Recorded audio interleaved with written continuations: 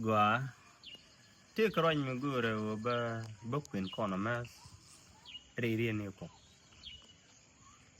te ke rien mi la kona lar ke la kona kwen ba re ni ko mela ja lar kona gur chiang kor ko skini chunka ba yaman ngone di altin gur yen ke raje me chere do gu long tu te ke tungwan tu chwe ja ko gure je agwango de te ka ngai re di kerien mi chal ke kona gur chiang kor ko skini chunka men yam tine chwa kon wujek chwa wujing nu deran kon gur ni chienko ken ni chunke de ngok tin gur ke kwite ka kula wa madje kana jig deran kon jing ni tin de madje ikde chienko kula wujek cha kon man ngok chwa ja mo chwa wugu long ka chwa re do del go chet ke min chobogo ko men che lara kon gur chiang kor ko skin chunka baya man ngwane dial tin gur yen ke en chwa wujek gwa deran gur ni chienko kenyo ka chieng ko dini jo gordi dini jo gor ko dub dangrew men yam go dini rodan la pala dini rodan jakka ku ri ni ko to go ko de kwar ko gwa ku le jigre ilo ni kon ko de kon nge ki yande rew de wo de kon ni itla ji pala chiang pala dan che de chiang pala chang ko skaro ade ka che de chiang pala minyon janda chiang pala ni to go ka de chiang pala meta ka tang min chwa dio din nyogo ben je gwana me ka chiang pala te karat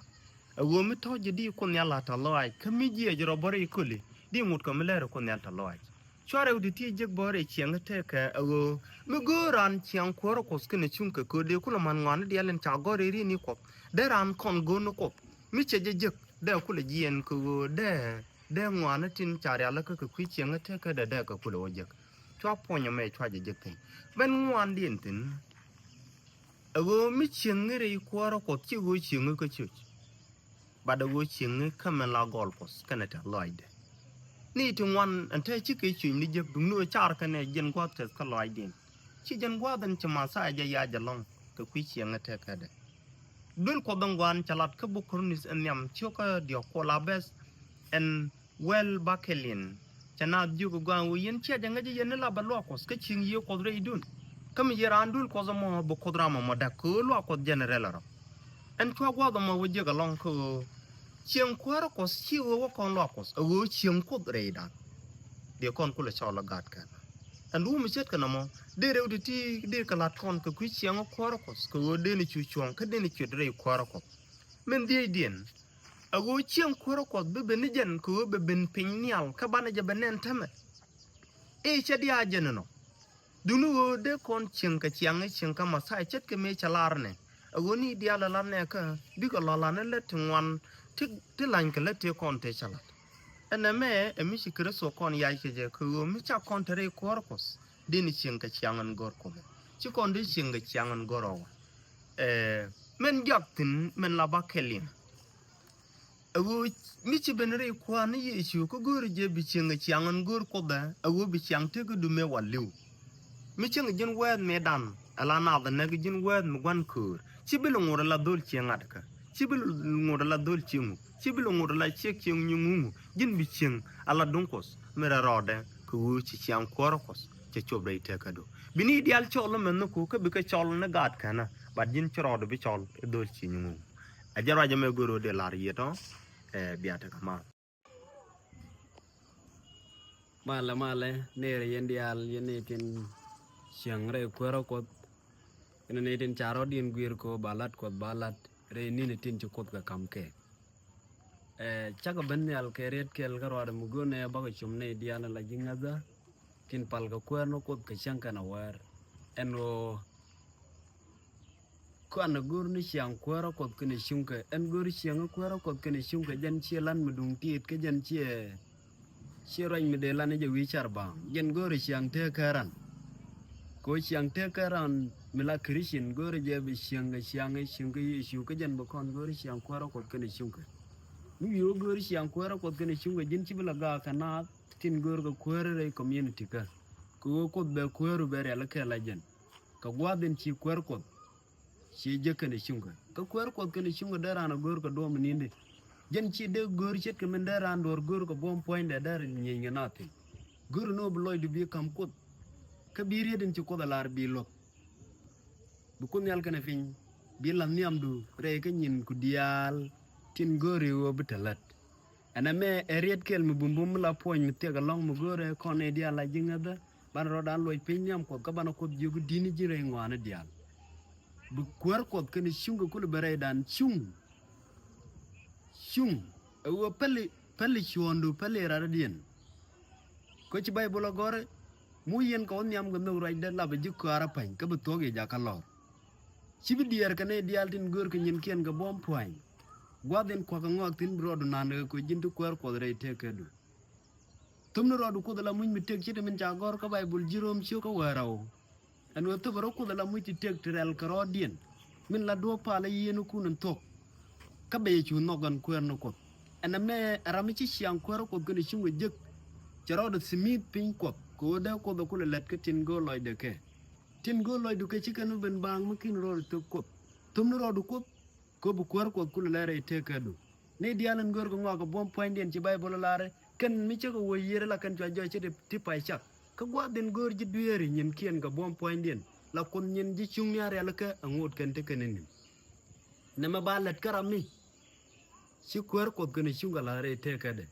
ci bila top ko nyin weñ mo ko ci lar ko an gor ci an kwar ko gene chunga baye ma ti dialan gor yen ke ko en ngaje jen wo tin gori juwa make mani yen gor yen ke ko te kon cha wi mon ke cha pal ke kwi jang ne ke no an gwa din chen pal ko bi go were wa e wo bi ga gwan jeng mu ngot kon stel kon wi mon tin gor ke juwa bu ko ka kam kon ga do mu loro bat juwa je ke ne do mu chiro lot ka ba ga kam kon ni mi ti siang kwara ko ke ni shunga te re te ka dan bana chung ko lot ka bana ko no ko redin chalar bana je lot ajen mi chiala di ajen chiala siang kwara ko kene shunga ko kuye mo lan riede me let ko de ko nel kene pinte kel ge ko ram jal kel ke kwar ko jen ci gad ka te jey ci poinda te jey ka nyok bo jen mi chang ci rieng mi dire long to ga je ja chare jen gurwa ko ne to ngwana te tin tele kwar ko re te ka den ni riek ro de lob ka diok la ja chare ci o gur no ci je la gurwa ka ci je na ba pal ci ko lan ko nyam re ngwana dial period kel mi agwama ala ko gwae gwaden jiengok ka gwa bo gwa den go ngok ko chang ne me che win mi chala so dom che dak ngode chala kun mu gwan chung ni mana wala ne de kon che ka dak ka chiang chung ni dien dak ka chiang duere dien ka chan ne me che win mo dak ka no wa che long wo chal ka je kun mu gwan chung ni no wa ka ne ji gwa la te chi roi ko le ko gur no ka mi lus ko ramati chiang chung ko rede baro di lambol niam ko jin ci bila re ka ne ko kien sibiar kane ko kien bijino pot kane ko kien ko kujo mo le ngari da ma gwa kut re gwa mijia ka gwa bo re gwa ben gwai la le kut tinu posa bene telong chang nya moy no doru ke liu ga jwe ngai ni wo jwe me me ko ngun la twit ala wo mi chui ni na batini ka gwa ba to ko kujo mo chi loy da te el yak te ko kwar mala men ju kon chop ta na tyang ati ko chiri chu kar so te ke ried me tod me de nyogalar ye ke jen kwi chen kwar ko skene chunke awoda kon chen reide te ke me de lar ke kwi chu jetin ala chuch jena kawrad de al me chu kon nyalla gwir ke kwi de me no ngani je win mon ko wo win mon ben kamje men yam tin la gura karan wo mu gura wo be jengat la ja kam kawde ko bi je ben dol chet ke me ngai kon da wo mi te ke cheng mo pai kwen la ja kam ga ching mu gwa ma ngai ke ngai dol ga ino bo men ente me kam ko ji chu ke nyam me kam go ji chu kon ngai ni je wo jin ti ke chang kwar ko me tere te ka do an wala mi ci kaw ko mi ci dol ga a dag jen chu dag ni kaw ko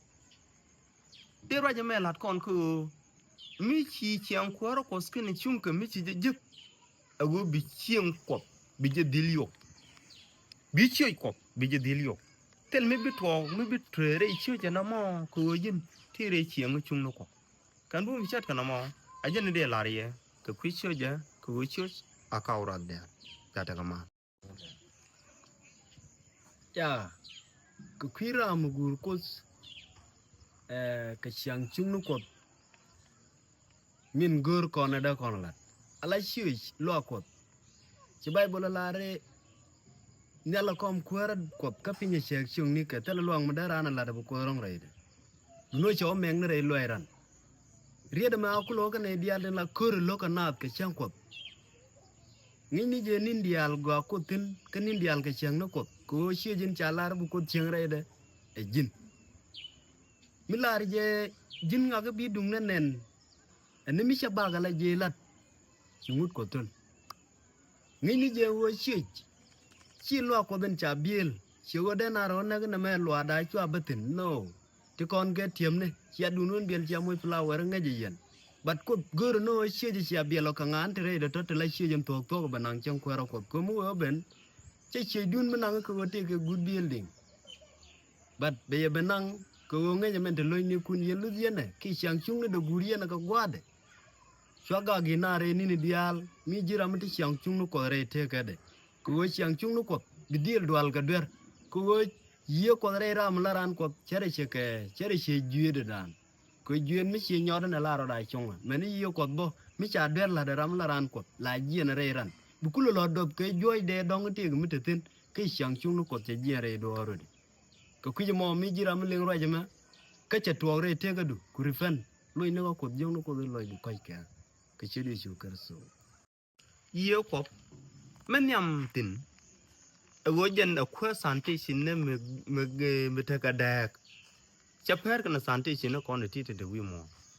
da ran du le yo ka di ko ko yo bo di ro do lag bo ko do bo lo ro da dung no mi ken ro do lag gre chi ng chung no ko la ngu du mi jin de de ron yal dung no chang win mo non chang kon tin lab jin ra mo gwa wa ne ni tu ngwa no men chi ro do biel ka men chi ro do ya la ka men chi ro do mo ke dam ne tu go ka men chi ro do mo ka wan to kor gwa yi long nyam ne ni tu ngwan dung no chu gwa nyam ko ke u no la chang ko ko sen gur ko na ken chung ke a go mi bi ye ko dil ching re te ka dan gu ne je bi re dan be dil tiang ko goy ka be dil tiang ka chiang chung no ko e chi ma chung cher ko win mon te ga ni te ga chung cher da ra na chara gwa no da gwan chung ni re roi de da ra na gor bo da gwan chung no bo re chiang te ka da ra na gor ba gwan chung no bo ko chari ka be ne ne tin ko ken du no la de ne tin ko kerik re chara de example anta mate gani to ngwana kan ci jere ye ka kop du nu ngut ken kel ken it la ji ye ka du nu ci ken jen ka chang chung no ko da la gur ko dan to ka wono na me de kon nu ngwa skel ko mu gur kon chang ko ko sken chung ke go ne je ala kweri yen men tok man ye lun na men te ka chang chung men do ra jara man de kon nu re chang te ka dan a je la ra ke le me wo bi chang ala mo go nyam kam ko ko nyal ci jin lu nga ka ala ka mo wo jin ti ke kristo mutere de kuchun biata kama